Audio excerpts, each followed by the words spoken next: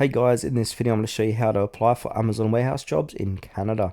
If you find this video helpful, please consider to like this video and subscribe to my channel. In saying that, let's just jump straight into the video. Okay, so what we need to do is open up a web browser and go to hiring.amazon.ca. From here, scroll down a little bit and then it's going to say hourly opportunities at Amazon. So we got fulfillment center associate, sortation center associate, delivery station associate, or Excel warehouse associate. So go ahead and choose which one of these you want to go ahead and check out. So if you want to do the fulfillment, click on fulfillment. Then from here, you're going to be taken to this page. So you can go ahead and watch their YouTube video, become a fulfillment center warehouse associate, and see what it's about. We can have a look, scroll down at some of your duties and responsibilities may include, why you love this job, a bit more information.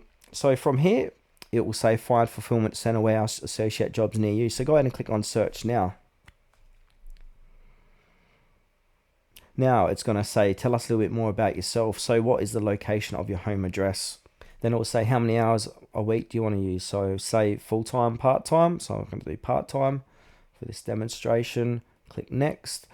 Which times work best for you? Early morning, daytime, evening, night, weekend, or weekday. I'm just going to go ahead and skip. How long are you planning to work at Amazon for? Say seasonal, regular, or skip. And when can you start working? As soon as possible. Now you might be unlucky and I'll say sorry, there are no jobs available that match your search, but that's because of what I've put into the field. So just go ahead and be honest what you do. And now if there are any jobs available, they're going to appear on this page here.